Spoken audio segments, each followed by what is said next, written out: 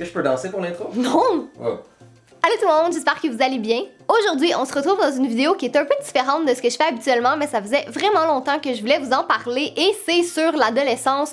Donc j'ai des conseils puis des choses que moi j'aurais aimé savoir quand j'étais ado. Si jamais vous le saviez pas, j'ai 24 ans, mais je pense qu'à 24 ans, mon adolescence est assez éloignée pour que je puisse avoir du recul sur la situation, mais elle est assez près pour que je sonne pas comme une grand-mère moralisatrice tout au long de la vidéo. Donc j'espère que ça va vous plaire. Si c'est le cas, ben comme à l'habitude, n'hésitez pas à faire un thumbs up, à me le dire dans les commentaires et à vous abonner si c'est pas déjà fait. Et sur ce, ben c'est parti!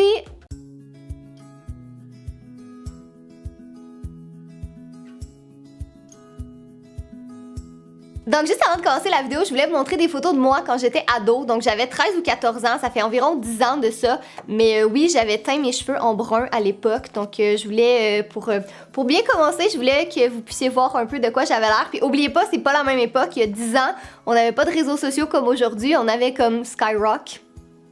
C'est à peu près ça. Peut-être Facebook aussi un peu. Mais voilà, donc c'était moi à 13 ou 14 ans dans ma chambre vert lime. La première chose que je voulais vous dire, c'est que la popularité ne vous définit pas en tant que personne. Moi, quand j'étais jeune, j'étais très loin d'être la fille la plus populaire de l'école. J'avais des bonnes amies, point. Puis même si je les aimais puis j'étais heureuse, on dirait qu'il y avait une partie de moi qui était comme pas capable de m'empêcher de me dire que moi aussi j'aimerais ça être populaire pour avoir plein d'amis puis être un peu comme dans les films classiques américains, là, le personnage qui est super populaire puis qui a donc une vie fantastique. Je sais pas trop comment c'est arrivé, mais à ma dernière année d'école, donc secondaire au Québec ou lycée, à peu près l'équivalent en France, donc j'avais 16 ou 17 ans, je me suis retrouvée à être amie avec des gens qui étaient plus populaires, les gens comme cool de l'école.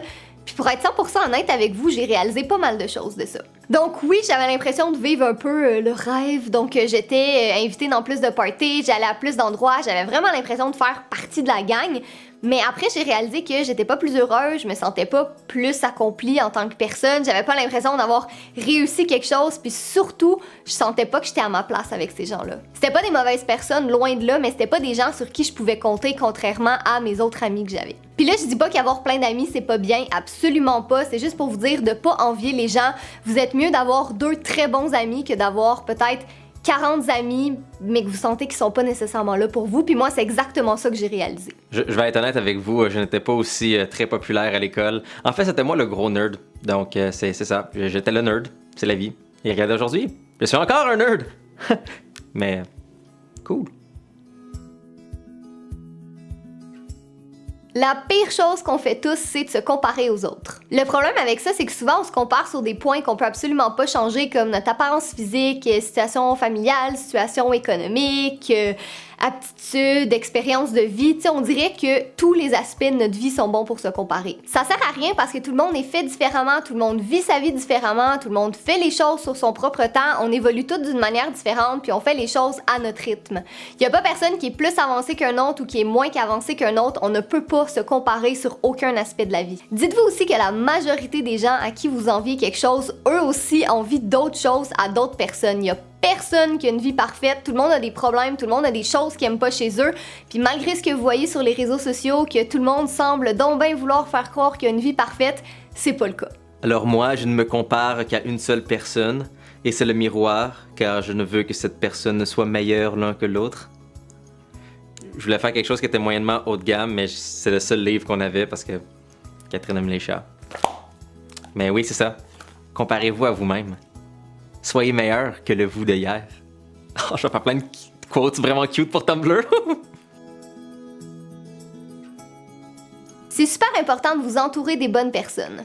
Vos amis sont censés être là dans les bons comme dans les mauvais moments, être là pour vous supporter, pour vous encourager, pour vous dire quand vous faites des conneries, mais surtout, ils doivent vous accepter comme vous êtes. Quand vous êtes avec vos amis, vous êtes censé vous sentir heureux, vous sentir bien dans votre peau, mais si c'est le contraire, si vous vous sentez utilisé, que vous sentez qu'il y a une personne qui vous contacte juste quand elle a besoin de vous, ben réfléchissez un peu à pourquoi vous êtes ami avec cette personne. Suivez votre instinct. C'est vraiment correct de couper les ponts avec des personnes qui vous font pas sentir bien. C'est pas facile à faire, c'est clair, mais la vie est trop courte pour s'entourer de mauvaises personnes. Tu sais, c'est sûr qu'une amitié, il y a des hauts et des bas, c'est jamais parfait, vous allez pas être best friend forever à tous les jours de votre vie, mais si vous sentez qu'il y a beaucoup plus de bas que de hauts, ben c'est là qu'il est temps de voir si cette personne est vraiment faite pour être votre amie. Laissez jamais personne vous faire croire que vous avez pas de valeur, puis donnez pas du temps à quelqu'un qui vous en offre pas en retour. Vous voyez, moi je suis entouré de quelqu'un que j'aime vraiment beaucoup, qui est une petite blonde charmante avec qui je peux faire plein de projets et plein de choses. Et je suis très rapide à enlever des amis de ma vie. Et c'est pas parce que je les aime pas, c'est juste parce que j'ai une direction et elles sont pas compatibles. C'est comme s'il y a un chemin vraiment génial, mais ils ont pas les bonnes bottes. Emmenez-les pas avec vous, ils ont pas les bonnes bottes. Mais vous avez les bottes de la motivation. Oh, c'est mon Dieu, c'est beau, je vais faire un livre! Vous allez vous remettre de votre peine d'amour. Je sais, c'est vraiment plus facile à dire qu'à faire, ça a l'air simple comme ça, mais je sais aussi que se faire dire « Ah, t'es jeune, t'as le temps de retrouver l'amour, c'était pas la bonne personne pour toi, un de perdu, 10 de retrouver », c'est vraiment pas le genre de phrases qui font du bien non plus. Puis je dis pas ça pour minimiser ce que vous vivez, parce que je l'ai vécu moi aussi, puis je sais à quel point c'est horrible, à quel point on a l'impression que notre cœur est cassé en 1000 morceaux, puis on se sent comme de la merde, mais vous allez vous en remettre. Si vous avez envie de pleurer, faites-le. Si vous avez envie de sortir avec vos amis, faites-le. Si vous avez le goût de manger le pot de crème glacée au complet, faites-le. Mais l'important, c'est de faire des choses qui vont vous faire sentir bien puis que lentement mais sûrement vont vous aider à passer à autre chose. C'est vraiment cliché à dire, mais c'est vrai, le temps arrange les choses puis promis, il va y avoir quelque chose de mieux qui vous attend. Et c'est quelque chose de mieux pour Catherine. C'était moi! Je suis le quelque chose de mieux que Catherine parle dans sa vidéo. Et sûrement après cette vidéo, je n'ai plus de blonde.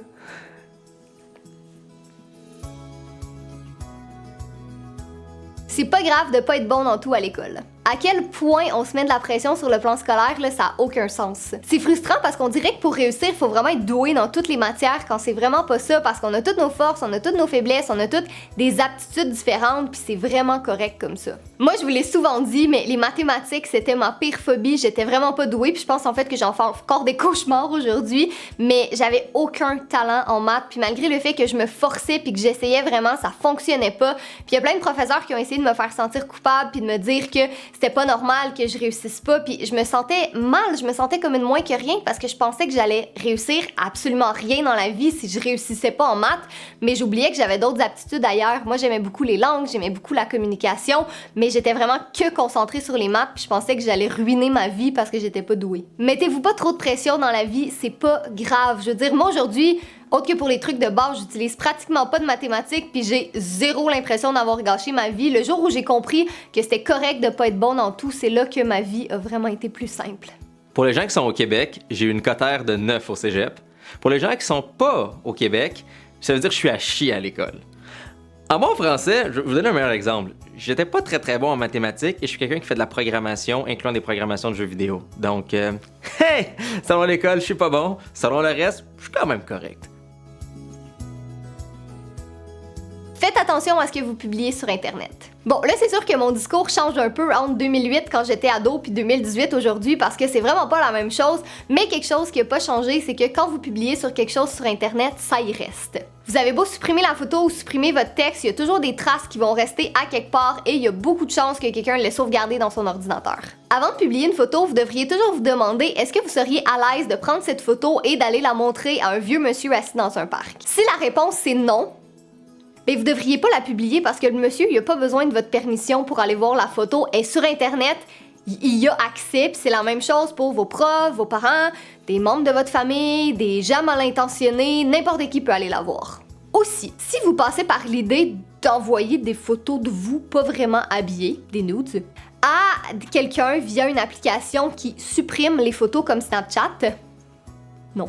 Il existe tellement d'applications puis de programmes aujourd'hui qui permettent à quelqu'un d'enregistrer un écran sans même que vous le sachiez. Puis même si vous faites confiance à la personne puis que vous vous dites « Ouais, mais elle me ferait jamais ça », il y a rien qui vous dit que dans 1 mois, 1 an, 10 ans, vous allez toujours accorder la même confiance à cette personne-là et surtout, il y a rien qui vous dit que cette personne-là va pas prêter son téléphone à un ami puis va voir les photos, qu'il va pas se faire voler votre téléphone, que leurs amis envoient les photos à quelqu'un d'autre. Vous êtes juste vraiment mieux de ne pas envoyer de photos de vous tout nu à quelqu'un. C'est juste plus simple puis vous allez éviter de vous mettre les pieds dans les plats parce que ça peut vraiment être catastrophique. Ok, je vais vous donner l'information directe parce que j'ai fait des compétitions de piratage et je connais beaucoup de pirates et j'ai fait des conventions de sécurité informatique. Donc même si vous faites confiance un maximum à votre meilleur ami ou à votre copain, ben dites-vous qu'il y a peut-être un méchant comme moi qui a piraté son téléphone et qui a accès à tout et que votre copain le sait pas. Donc, imaginez toujours que votre appareil, c'est pas juste une personne qui peut le voir, c'est n'importe qui. Et sur Internet, il n'y a rien qui disparaît. Donc, c'est juste... oubliez pas, hein, qu'il y a peut-être quelqu'un qui a piraté son appareil. Et il sait pas. Souvent, on va se rendre compte que nos parents avaient raison, puis même si ça semblait la chose la plus injuste de la Terre, il y avait des raisons de nous dire ça. Évidemment, on va quand même faire à notre tête puis se planter parce que ça, c'est dans la nature humaine, mais dites-vous juste que quand vos parents vous disent quelque chose, c'est pas pour mal faire puis c'est pas parce qu'ils vous détestent. La majorité du temps, c'est vraiment juste parce qu'ils veulent votre bien. Puis là, je sais que mes parents regardent cette vidéo-là en ce moment, donc c'est correct, je l'avoue. Souvent, vous aviez eu raison. Pas tout le temps, par contre. C'est vrai que nos parents ont parfois raison. Mon père a toujours dit quand j'étais jeune que j'étais vraiment un idiot. C'est vrai que j'ai fait beaucoup de choses idiotiques. Puis c'est là mon prochain point, c'est que parfois, vos parents ont pas raison. Ils peuvent avoir des plans ou des idées différentes pour vous qui concordent absolument pas avec ce que vous voyez pour votre futur, mais il faut comprendre aussi que vos parents sont d'une génération différente, ils ont vécu des expériences différentes, puis dans la majorité des cas, ils disent ça pour vous conseiller, mais c'est correct que vous n'ayez pas le même avis qu'eux. Dans ce cas-là, si vous avez une décision importante à prendre puis vous pensez que vos parents sont peut-être pas nécessairement la meilleure personne pour vous aider, allez voir quelqu'un d'autre. Ça peut être un prof, ça peut être la mère d'un ami, ça peut être oncle, tante, peu importe. Allez voir quelqu'un en qui vous avez confiance. Exposez vos choses, exposez votre plan, puis des fois, ça peut vous aider à avoir une ouverture un petit peu différente sur la situation, mais parlez-leur à vos parents, expliquez-leur, surtout si c'est quelque chose pour votre avenir ou quelque chose que vos parents, eux, pensent que c'est vraiment bien. Faites-vous confiance, puis parlez-leur. Mais en même temps, je suis pas tant un idiot, papa. Regarde où je suis aujourd'hui, à dire aux gens sur Internet que je suis pas un idiot. Je suis en train de prouver son point en ce moment. Chut, prochain point. Si vous vivez encore chez vos parents, c'est le meilleur moment pour économiser de l'argent. Ça peut sembler non nécessaire en ce moment, mais quand vous allez être en appartement ou que vous allez vouloir vous acheter quelque chose de plus cher comme une voiture ou un ordinateur, vous allez être vraiment content d'avoir des économies de côté. Là, je vous dis pas de garder comme tout votre argent dans un coffre-fort puis de jamais y toucher, mais c'est juste que quand vous allez être en appartement et que vous avez plein de dépenses, c'est beaucoup plus difficile de mettre de l'argent de côté que quand vous êtes chez vos parents puis vous avez pas nécessairement beaucoup de dépenses. Donc, pensez à mettre une petite partie de votre argent de côté, vous allez être vraiment heureux plus tard. J'ai rien d'humoristique ou de stupide à dire, juste mettez de l'argent de côté, c'est important. J'ai rien de stupide à dire pour ça, mettez de l'argent de côté. Finalement, je suis désolée de vous l'apprendre, mais la vie est pas parfaite puis vous allez faire des erreurs. Vous allez avoir des regrets, vous allez faire confiance trop vite, vous allez accorder du temps à la mauvaise personne puis pas assez à la bonne. Mais c'est pas grave parce que c'est la vie puis c'est comme ça qu'on apprend. Vous allez faire des erreurs et vous devez vous assumer. Je vais maintenant briser ce cintre sur l'Internet devant vous. Ah! Vous voyez, j'ai réussi. Peut-être que le morceau de bois m'aurait rentré dans la main, mais j'aurais appris de ne pas briser de cintre. Donc théoriquement, vu que j'ai appris que je me suis pas blessé, je peux briser autant de cintres que je veux? Non! Oh. Bref, ça va arriver de faire des erreurs, mais c'est la meilleure façon d'apprendre. Donc voilà tout le monde, c'est tout pour ma vidéo. J'espère vraiment que vous l'avez aimé. Comme j'ai dit, c'est super différent de ce que je fais habituellement, mais ça faisait vraiment longtemps que je voulais la faire, la vidéo. Puis, je sais pas, on dirait que j'hésitais tout le temps un peu, fait que j'espère que vous l'avez aimé. Si c'est le cas et qu'il y a des sujets que vous aimeriez que j'aborde un petit peu plus en détail, n'hésitez pas à me le dire dans les commentaires, ça me fait vraiment plaisir qu'on fasse une autre petite vidéo de ce genre-là. Et sinon, comme à l'habitude, tous les liens pour me rejoindre sont en barre d'informations, donc Facebook, Instagram, Twitter et ma chaîne KTJ avec J. Donc encore une fois, un gros merci d'avoir regardé et nous on se revoit bientôt. Bye!